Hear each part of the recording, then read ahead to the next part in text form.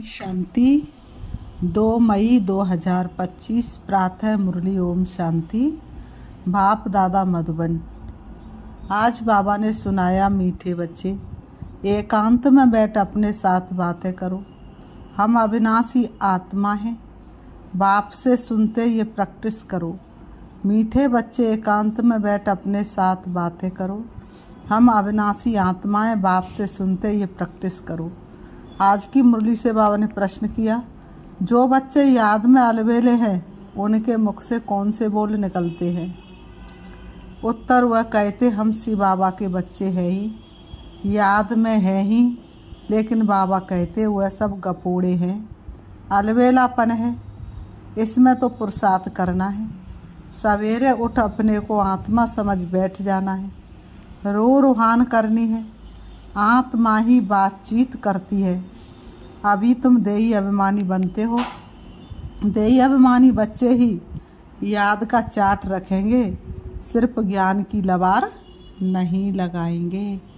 आज की मुरली से गीत है, ओ मुखड़ा देख ले प्राणी, जरा दर्पण में देख ले, कितना पुण्य है कितना पाप तेरे जीवन में, देख ले दर्पण में। ओम शांति। रूहानी बच्चों को समझाया गया है कि प्राण आत्मा को कहा जाता है। अब बाप आत्माओं को समझाते हैं। ये गीत तो भक्ति मार्ग के हैं, ये तो सिर्फ इनका सार समझाया जाता है। अब तुम जब यहाँ बैठते हो तो अपने को आत्मा समझो। देह का भान छोड़ देना है। हम आत्मा बहुत छोटी बिंदी हैं। मैं ही इस शरीर द्वारा पाठ बजाती हूँ। ये आत्मा का ज्ञान कोई को है नहीं। ये बाप समझाते हैं। अपने को आत्मा समझो। मैं छोटी आत्मा हूँ। आत्मा ही सारा पाठ बजाती है। इस शरीर से तो देह अभिमान निकल जाए, ये है मेहनत। हम आत्मा इस सारे नाटक के एक्टर्स हैं। ऊंचे ते ऊंच एक्टर है परमपिता परमात्मा। बुद्धि में रहता है, वह भी इतनी छोटी बिंदी है। उनकी महिमा कितनी भारी है। ज्ञान का सागर, सुख का सागर है, परंतु है छोटी बिंदी। हम आत्मा भी छोटी बिंदी है। आत्मा को सिवाय दिव्य दृष्टि के देख नहीं सकते। ये नई नई बात है, अभी तुम सुन रहे हो। दुनिया क्या जाने, तुम्हारे में भी थोड़े हैं जो यथार्थ रीति समझते हैं और बुद्धि में रहता है कि हम आत्मा छोटी बिंदी है।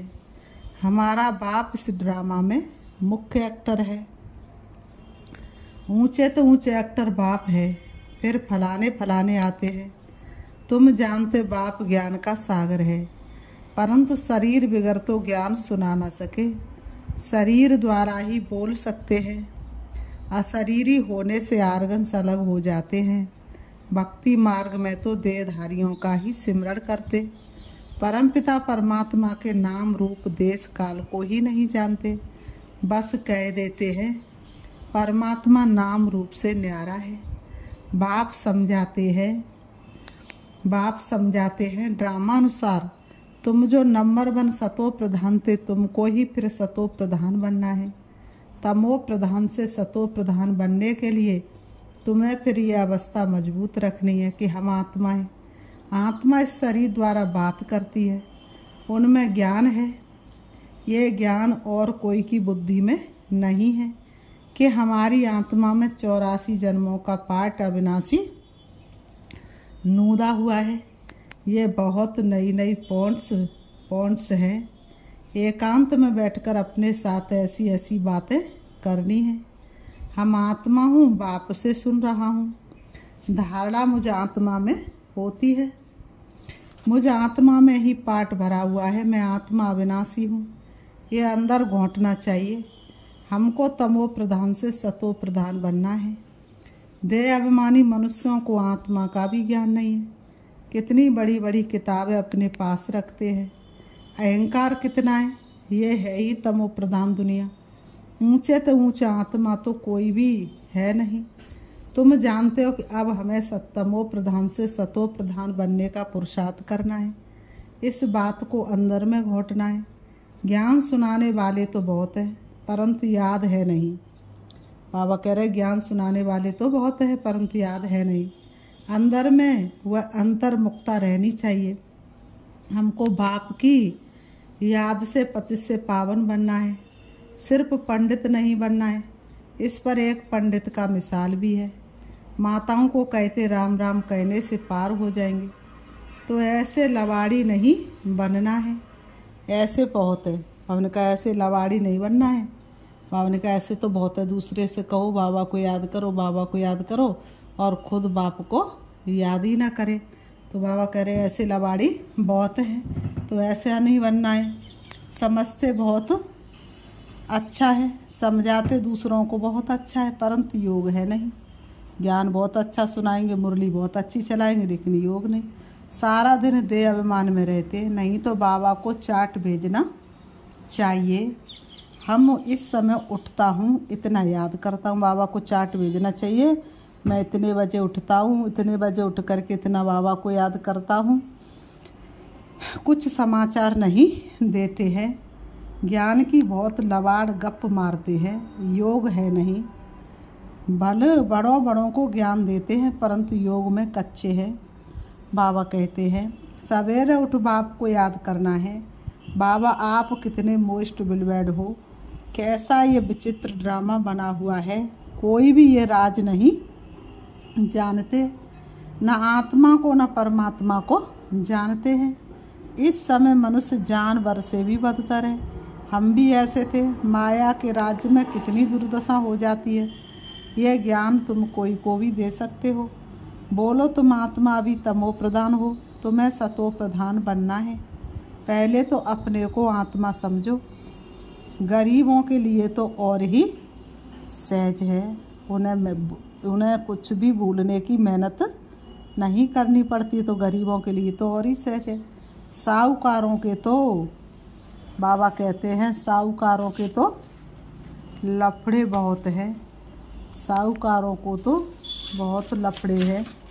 बाबा ने कहा बाप कहते हैं मैं आता ही हूँ साधारण तन में, ना बहुत गरीब ना बहुत साहूकार। अभी तुम जानते हो कल्प कल्प बाप आकर हमको यही शिक्षा देते हैं। बाबा ने कहा कल्प में बाबा एक ही बार आते हैं, 5000 वर्ष बाद, फिर हमको यही शिक्षा देते हैं कि पावन कैसे बनो। बाकी तुम्हारी धंधे आदि में खिटपिट है, उसके लिए बाबा नहीं आए हैं। बाबा ने कहा धंधे की खिटपिट को मिटाने के लिए बाबा नहीं आए, वो तो पतों को पावन बनाने आए हैं। तुम तो बुलाते ही हो हे पतित पावनाओ, तो बाबा पावन बनने की युक्ति बतलाते हैं। ये ब्रह्मा खुद भी कुछ नहीं जानते थे। एक्टर होकर और ड्रामा के आदि मत दंत को न जाने तो उन्हें क्या कहेंगे। हम आत्मा इस सृष्टि चक्र में एक्टर हैं, ये भी कोई जानते नहीं। बल कह देते आत्मा मूल वतन में निवास करती है, परंतु अनुभव से नहीं कहते। तुम तो अभी प्रैक्टिकल में जानते हो हम आत्मा मूल वतन के रहवासी हैं, हम आत्मा अविनाशी है। ये तो बुद्धि में याद रहना चाहिए। बहुतों का योग बिल्कुल है नहीं। देह अभिमान के कारण फिर मिस्टेक बहुत होती है। मूल बात है ही देही अभिमानी बनना, यह फुरना रहना चाहिए। हमको सतो प्रधान बनना है। जिन बच्चों को सतो प्रधान बनने की तात लगन है, उनके मुख से कभी पत्थर नहीं निकलेंगे। कोई भूल हुई तो झट बाप को रिपोर्ट करेंगे, बाबा हमसे ये भूल हुई, क्षमा करना। छिपाएंगे नहीं, छिपाने से वह और ही वृद्धि को पाती है।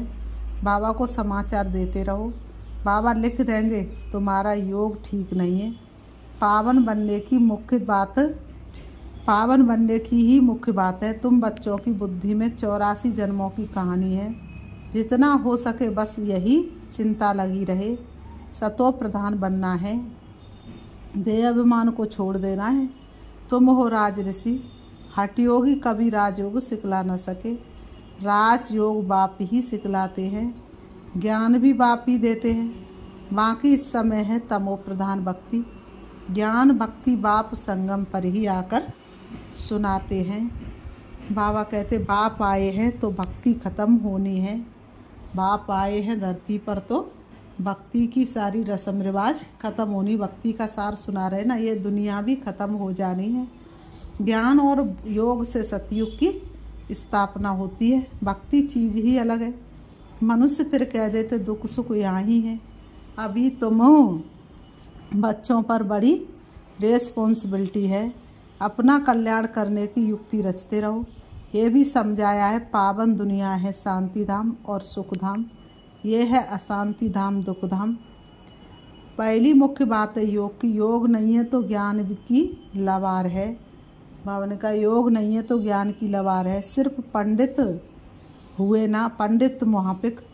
आजकल तो रिद्धि सिद्धि भी बहुत निकली हैं, इनसे ज्ञान का कनेक्शन नहीं है। मनुष्य कितना झूठ में फंसे हुए हैं। पतित है, बाप खुद कहते मैं पतित दुनिया पतित शरीर में आता हूँ।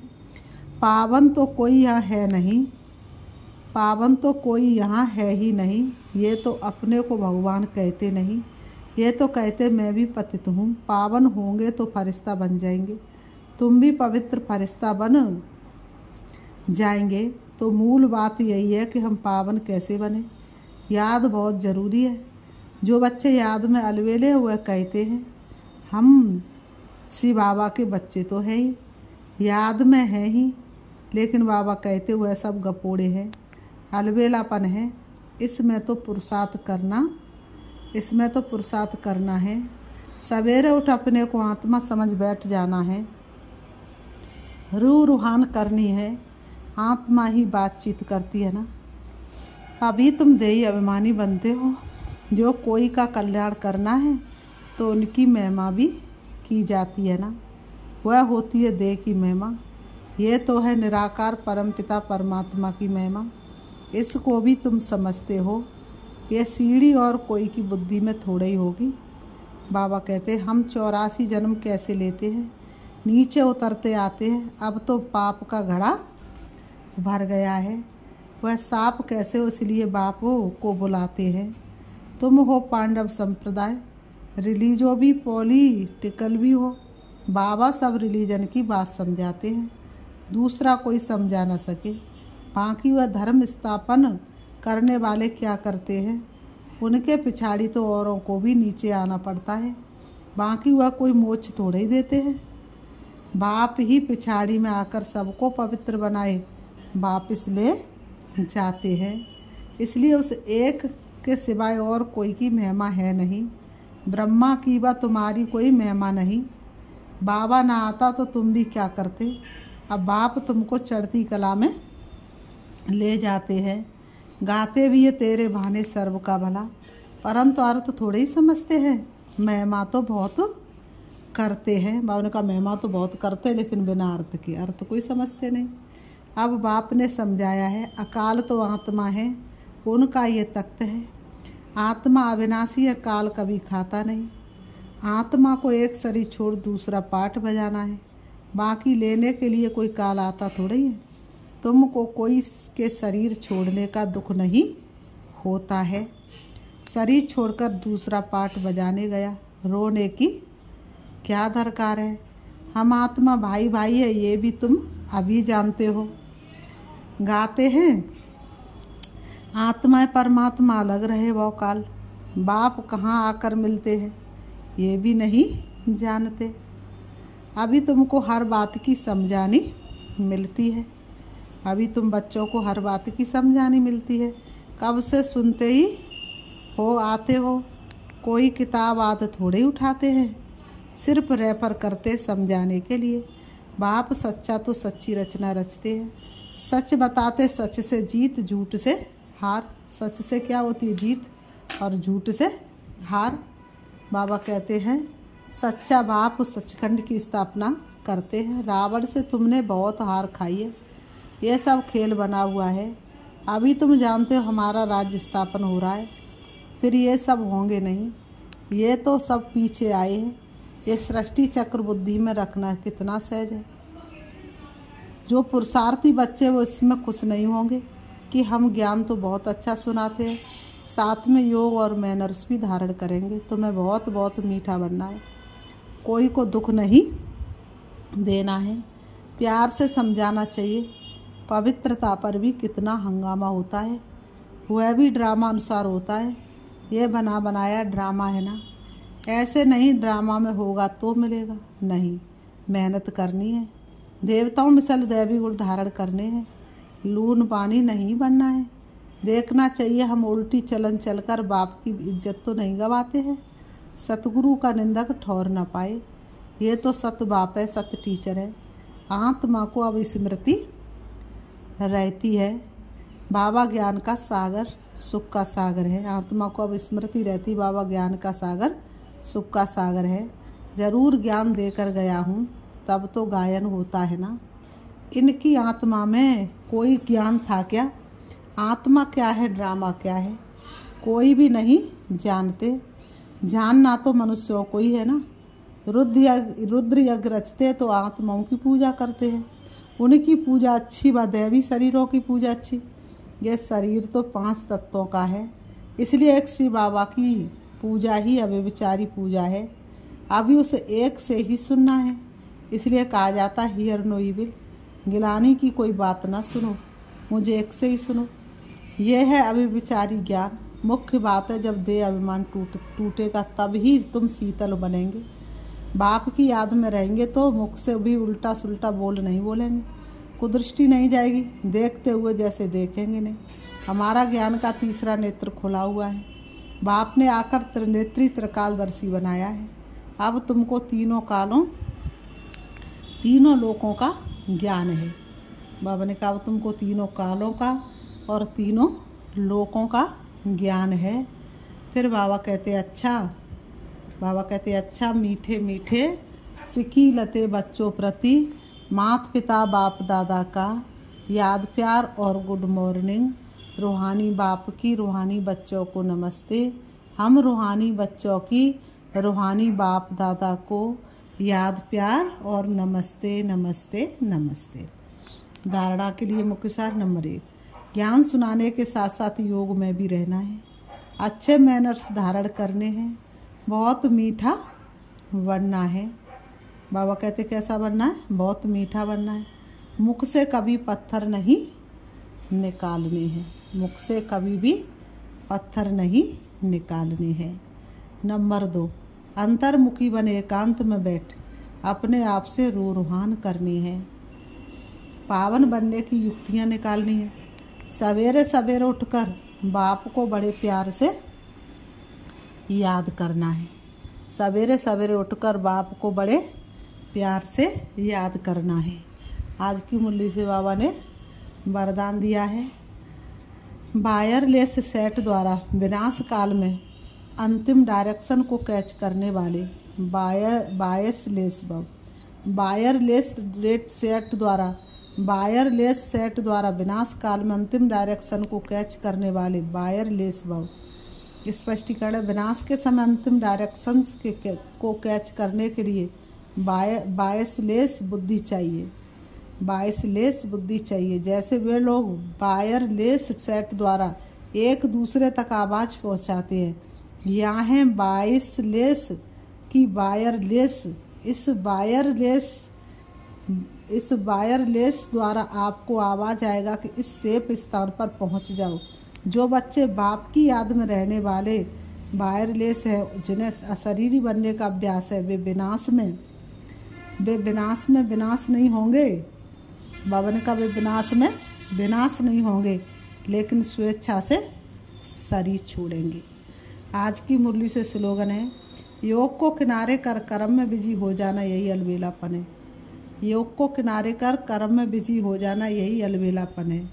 अव्यक्त इशारे, रूहानी रॉयल्टी और प्योरिटी की पर्सनैलिटी धारण करो। रूहानी रॉयल्टी और प्योरिटी की पर्सनैलिटी धारण करो। प्योरिटी की रॉयल्टी अर्थात एक व्रता बनना, एक बाबा दूसरा न कोई। इस ब्राह्मण जीवन में संपूर्ण पावन बनने के लिए एक व्रता का पाठ पक्का कर लो। व्रती में शुभ भावना शुभ कामना हो। दृष्टि द्वारा हर एक को आत्मिक रूप में व फरिश्ता रूप में देखो। कर्म द्वारा हर आत्मा को सुख दो और सुख लो। कोई दुख दे, गाली दे, इंसल्ट करे तो आप सहनशील, तो आप क्या बन जाओ? तो आप सहनशील देवी और सहनशील देव बन जाओ। सहनशील देवी और सहनशील देव बन जाओ। अच्छा, ओम शांति। ओम।